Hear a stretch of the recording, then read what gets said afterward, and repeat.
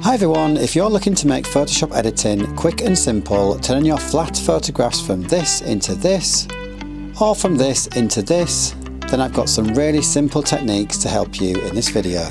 With landscape photography especially, it's just a case of just making it vibrant but not too over edited, I think is the key.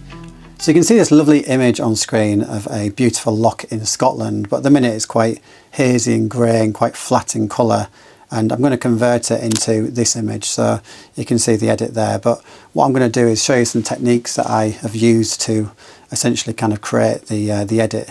So the first thing I do is I open up the image and it will bring up the Camera Raw dialog box, which essentially is where the kind of the raw form of the image comes into Photoshop. And what you can do is do some really kind of simple little tweaks before you actually take it into Photoshop itself and do a little bit more work. But it's amazing how much you can do in this kind of original like Camera Raw dialog box, that you can simply make some tweaks quite quickly.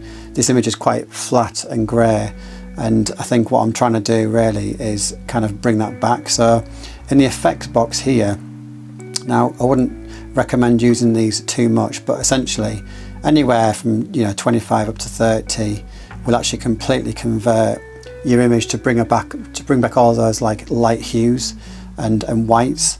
The clarity box is something that you'll find you'll get way more noise if you pull it to the right, and you'll get a lot more softer kind of smooth edit essentially on your image. So really if you kind of pull these bars too far, they will just react too much. So essentially I think the one kind of quick and easy tip is to not do too much of everything unless you really drastically need it.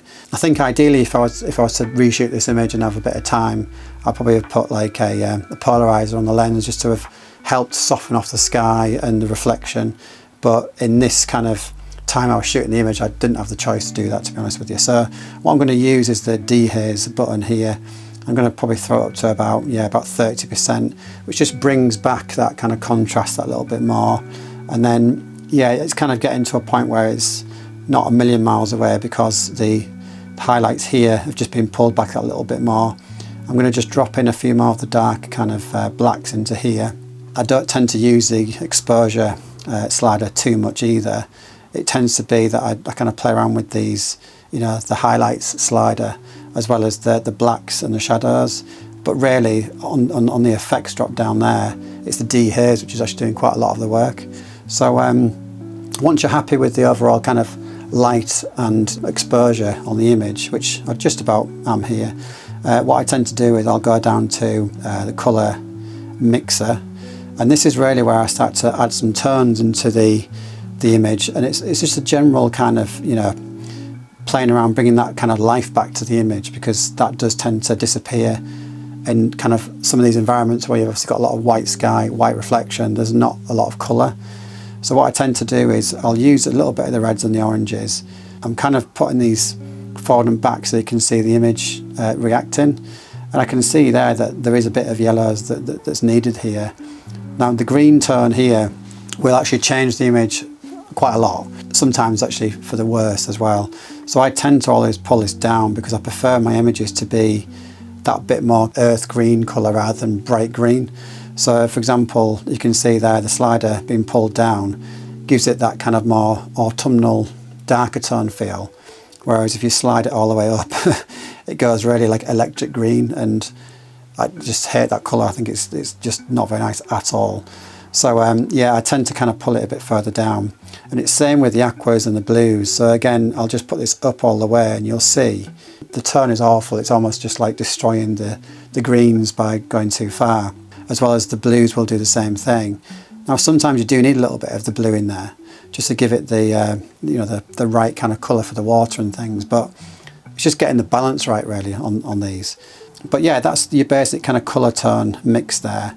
Okay, so if you open up the image into Photoshop for real, you can now start doing a little bit more kind of treatment within Photoshop itself. So if we just kind of go to Images, Adjustments and Selective Colour, this is actually a really, really basic, simple way to start actually amending some of the tones even further. And you can see again with the slider, you do quite a lot more with these. And I think, to be honest, a bit like the kind of the dialog box that we had before, you can really start to kind of make some nice kind of quick adjustments in here that actually make quite a lot of difference. And I do sometimes use these just to add like a little bit more cinematic feel to it. And you can obviously change the tones quite a lot, but you can also change the overall contrast and light as well, especially if you use like the greys and the blacks. Now I don't tend to mess with these too much because I've already used that in the levels and everything that I've just used prior to this, but it's just a good way to kind of really home in on those colour tones a little bit more. I tend to use the reds, the yellows, the whites and the neutrals just to try and kind of home in on that without really using the hue kind of overall vibrance, which is this hue saturation, because if you were to just knock this up, it'll just affect everything, and you can see that looks horrific. So it's just kind of destroyed the tones of the image completely, just because it's just taken everything just far too far. Because you can, like I say, home in on image adjustments and selective colour to do it a bit more manually.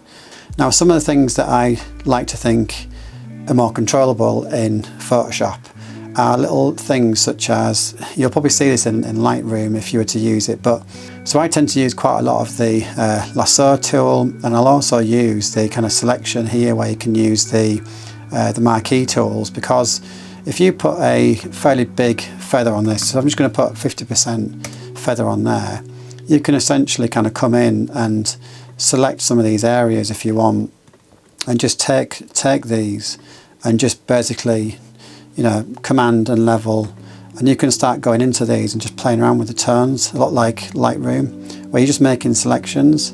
And because you've got a 50%, you know, kind of pixels ratio on the tool itself, you can also kind of expand that to say 100, and it will just kind of feather off the area a bit more. So I'm just going to do that same thing where I command levels, and you see how you can just affect things without it being kind of too much of a problem.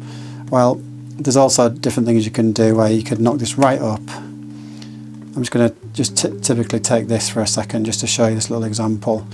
So if I was to just take this section here, I'm just going to take a little bit more here, and if I just literally copy that into a new layer here, so it's completely on a different layer, you can then just play around with that. And if you wanted to kind of use that as a way to, you know, bring out some detail, as you can see here, I'm just going to literally come in and just do some little soft extra turns. This is a little bit like what you can do in Lightroom, and I don't tend to use Lightroom because I just prefer, I mean, basically I've used Photoshop for years, so I'm kind of more familiar with it. So I'm just going to literally turn it on and off to show you. So that's the difference of what I've just made there. So you can do it that way, where you want to pull out that contrast a little bit more. And that's kind of one kind of way to do it, where you've just got it on a separate layer. And if I just turn it off and I'll go back to what it was before, I'm just going to show you again a little technique. So you can use the dodge tool and the burn tool. So the dodge tool, I've just gone the right layer. Highlights, I tend to have it on. I tend to have it on about 10% exposure. And then you can just play around with the size that you want to use. But if I just come in and just literally, you know, just almost like a paintbrush, kind of come over some of these tones that I want to brush over essentially, you can actually do it the same way. So again, you might want to just bring this down, brush a little bit, and obviously avoid these whites because it's just going to blur them out. So for example, if I did that house, you see how it just completely burns it away. I don't want that, so I'm just going to Command and Z, get rid of that. But you can just highlight some of these extra bits of like light that are on the trees here.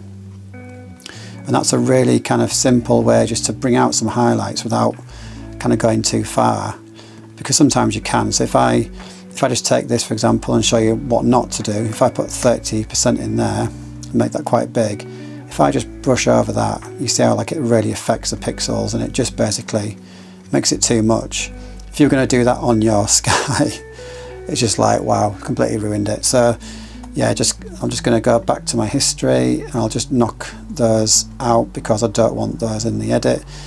And then like I say, that layer there that just knocks it back in again, I'll just turn it on and off so you can see, is something that, you know, I would probably work on there and just play around with. But you can also, if you go to your opacity, you can just literally, you know, maybe go down to 30-40% and just have a little bit of that, you know, if you don't want all of it. So it'll just knock it down to 40%, and now it's not quite as intense, but it's still there. So it's just little things like that where you can go in and just really kind of refine little bits of detail. The only other thing really from there is I try and understand what I'm going to try and, you know, put it into in terms of size. So it can be that you open up a brand new, you know, photo frame size here.